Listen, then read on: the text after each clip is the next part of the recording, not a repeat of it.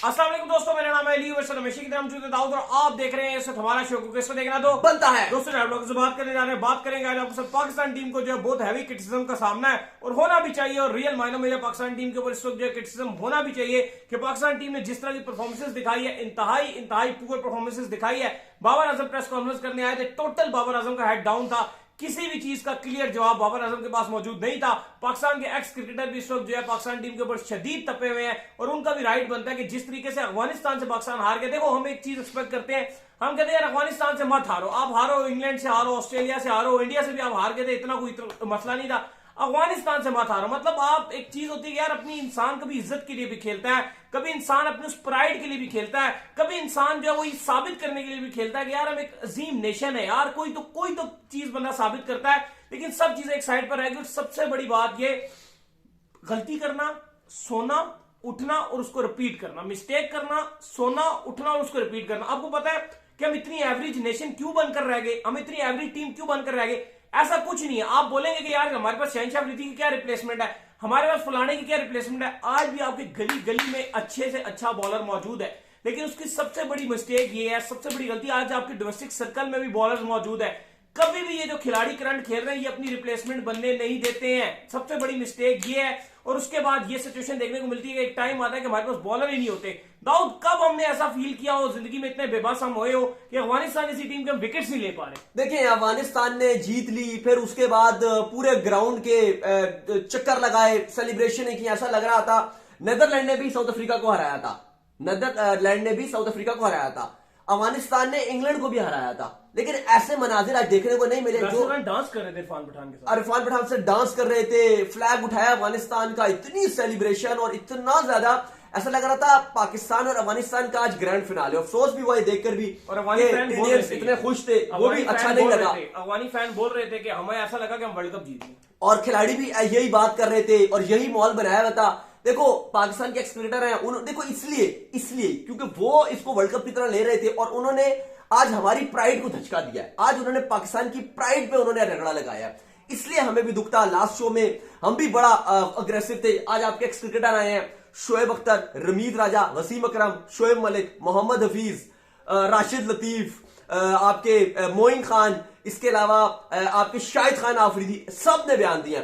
शोएब अख्तर से शुरुआत स्टार्ट देते हैं। शोएब अख्तर ने पाकिस्तान टीम को इतना आड़े हाथों लिया। एक तो उन्होंने कहा, एक तो उन्होंने होप रखी है पाकिस्तान को। उन्होंने कहा कि पहले तो उन्होंने बाबर को बड़ा क्रिटिसाइज किया। उन्होंने कहा कि जो बाबर की जो कप्तानी है वो बिल्कुल नकारा कप्तानी है। बाबर जो ऑन फील्ड डिसीजन लेते हैं, फील्ड प्लेसमेंट से लेकर अपनी बॉलिंग चेंजेस तक, सबसे बड़ा मसला यह है कि बाबर एक डिफेंसिव कप्तान है। बाबर आजम की जो कप्तानी है वो नजर आती है कि मैंने पूरे ओवर डलवाने हैं, ये नहीं सोचते कि मैंने विकेट लेनी है। दूसरा, उन्होंने कहा कि क्या अभी ठीक है, ये टीम हारी है, ये टीम डाउन है, इसको झटका लगा है, क्या ये टीम दोबारा उठ सकती है जैसे 1992 में? क्या हारिस रऊफ जो थे, क्या वो आकिब जावेद बनेंगे?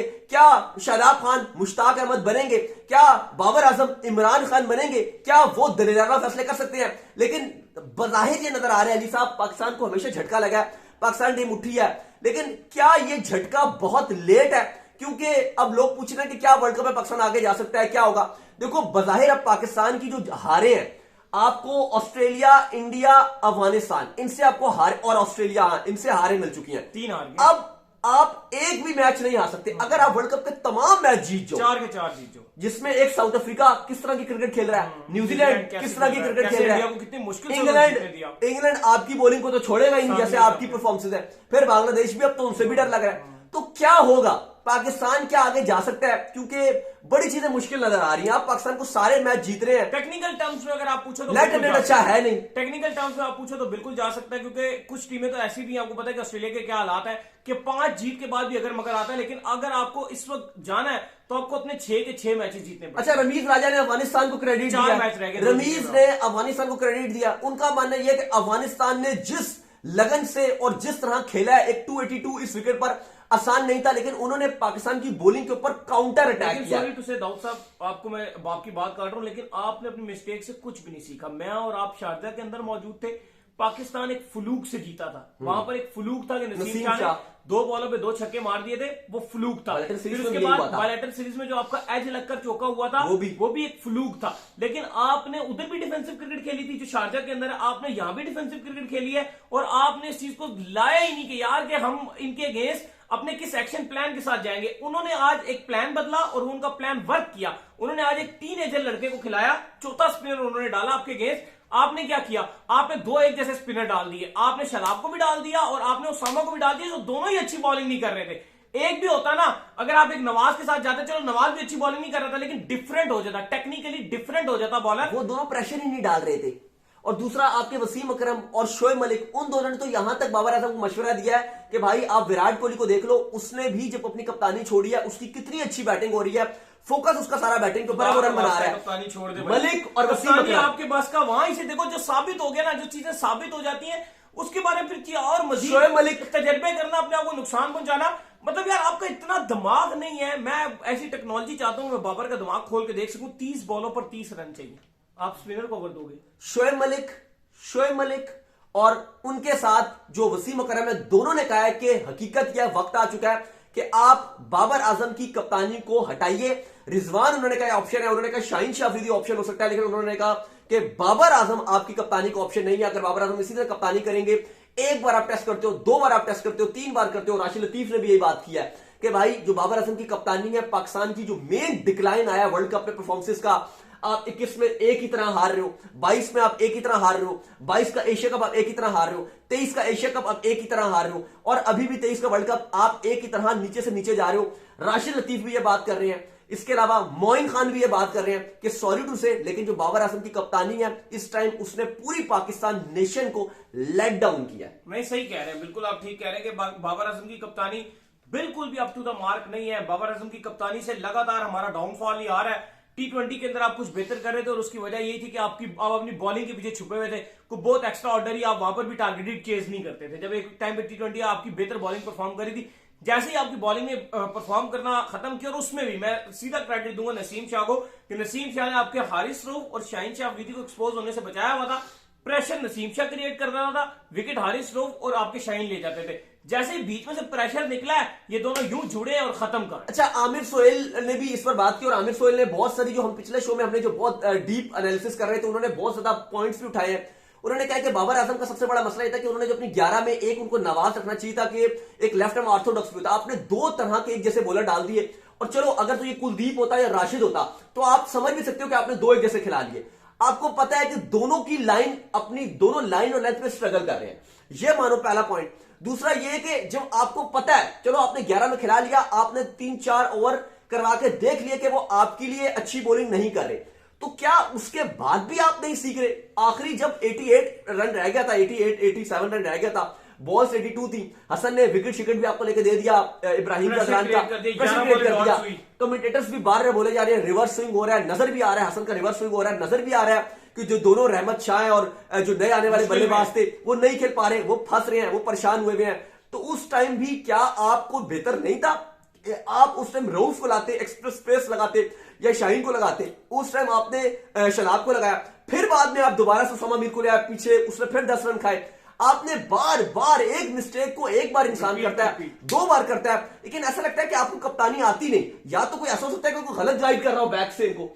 नहीं, कोई गलत गाइड शाइड नहीं कर रहा, कोई गलत गाइड शाइड नहीं कर रहा। ये फुद्दू कप्तानी आज से नहीं कर रहे हैं, इस फुद्दू कप्तानी को करते करते इनको 2-2.5 साल हो गए। शाहीन का रिव्यू क्या लिया था? सुने मेरी बात, कप्तानी में होता क्या, इनकी कप्तानी अक्सर इस वजह छुप जाती है कि ये कभी सेंचुरी मार देते हैं, इसलिए लोग उनकी सेंचुरी को प्रेस करते करते उनकी कप्तानी को भूल जाते हैं। फुद्दू तरीन कप्तानी करते हैं, कभी कप्तानी के अंदर प्रेशर क्रिएट नहीं करते हैं, अपने हाथ से मैचेस गवाते हैं, आए हुए हाथ से मैच निकाल देते हैं। अब आप देखो ना, इंडिया पाकिस्तान का मैच था, आपको 200 भी रोहित शर्मा ने नहीं करने दिया, लेकिन भाई रोहित में एक बात सुने, सॉरी टू से, रोहित भी ऐसी कप्तानी करता था, लेकिन उस बंदे ने बहुत इंप्रूव किया as compare to Babar Azam. लेकिन आप देखो कि जब पाकिस्तान के 2 खिलाड़ी आउट थे, कोई 150 रन था, 150 के करीब थे, आपके सिर्फ 2 आउट थे, लेकिन उस टाइम भी रोहित शर्मा का और हार्दिक का बयान आया था कि हमें पता था कि हमने पाकिस्तान के ऑल आउट करने हैं, हमने पूरे ओवर नहीं डलवाने। उन्होंने कम बैक किया, सिराज को लेकर आए, उन्होंने दोबारा से कुलदीप को लेकर आए, और उसके बाद उन्होंने अटैक पे अटैक किया और हमें 200 भी नहीं करने दिया। फर्क आप सोच में देखिए कि उस टाइम नजर आ रहा था कि इंडिया की बॉलिंग फारेगा,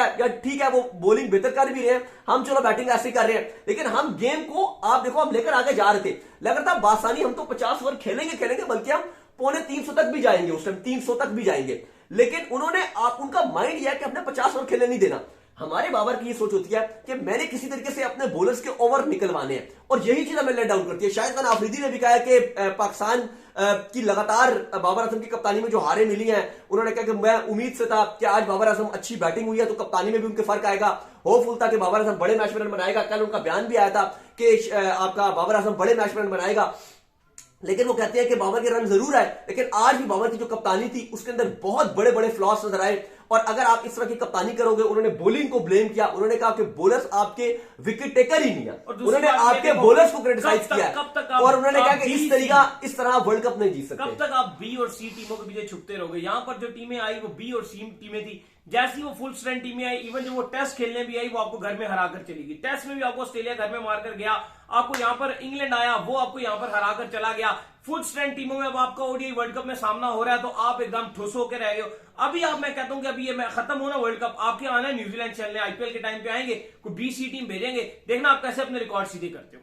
नहीं, मोहम्मद हफीज भी आए हैं, उन्होंने भी बैठे हुए हैं, वो भी जो उनके मुंह में आ रहा है वो भी बोल रहे हैं। उन्होंने भी बड़ा हैवी पाकिस्तान टीम को क्रिटिसाइज किया है। उनका मानना है कि अगर आपकी बॉलिंग, उन्होंने कहा कि तो पहले आपको बैट्समैनों को अच्छा करना चाहिए था, और आपने जब बाबर आजम सेट हो गए उसके बाद उनको मजीद और रन बनाने चाहिए थे। सेट होने के बाद आपसे बड़े शॉट नहीं लग रहे, फिर उन्होंने आपकी बॉलिंग को सीधा आड़े हाथों लिया। उन्होंने कहा कि ये बॉलिंग है, इसको आप वर्ल्ड क्लास बॉलिंग करते हो। वो कहते हैं नसीम शाह के जाने के बाद तो आपकी बॉलिंग एक्सपोज हो गई है। और भाई सॉरी टू से, आज बाबर ने भी कहा मिस करे नसीम शाह को। दम था तो शाहिद खान अफरीदी में था, दम था तो सईद अजमल में था, दम था तो मोहम्मद हफीज में था, कि इंडिया की पिचों के ऊपर किसी को 250 नहीं बनाने देते थे। ये थे वो 3। देखो, मैं आपकी बात को अगर आगे लेकर जाऊं, आप मुझे बताओ कि आपने तो बॉलर ही शदाब, नवाज और उसामा भी, आपने तो बॉलर ही जो तीनों स्क्वाड में रखे हैं, वो आपने T20 के बॉलर रखे हैं। आप ये बताओ कि आपने क्या प्रॉपर जो आपका 4 डे क्रिकेट खेलता है, या जो प्रॉपर आपका ओडीआई का स्पिनर है, पहली बात यह कि आपने तैयार नहीं किया। दूसरी बात यह कि जो एक बॉलर था आपके पास, इब्रार आपको नजर आ रहा था, वो आपने रिजर्व में रखा।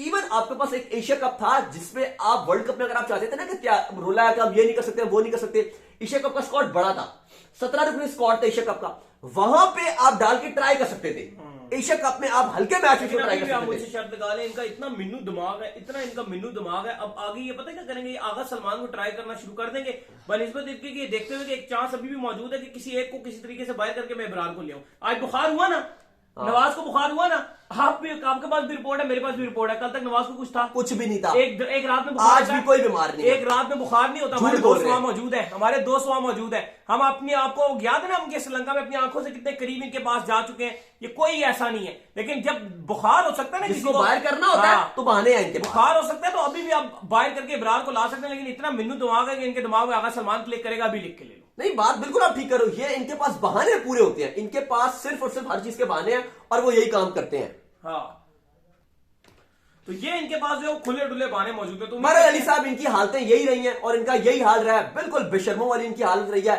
अभी लिटरली भी हमने रिएक्शन भी किया था, वो भी देखिएगा आप लोग। इनकी पूरी इससे पाकिस्तान टीम जो है वो, अगर आप देखो, फैंस रो रहे हैं, देख रहे हैं, रोना पिटना लगा हुआ है, ट्विटर पर गालियां दे रहे हैं, यहाँ पे देखो रोडों पे लोग तप्पे हुए हैं, आग भगोला हुए हैं, लेकिन इनको जरा सी शर्म नहीं आई। ले ज्यादा तली साहब। बिल्कुल, तो उम्मीद करते हैं हमारे शो का वीडियो को लाइक कीजिए, हमारे चैनल को सब्सक्राइब कीजिए और साथ में बेल आइकन को बजाइए, हमारे पेज को फॉलो कर लीजिए। बिल्कुल, डिस्क्रिप्शन लिंक मिलेगा। बाय बाय, अल्लाह हाफिज़।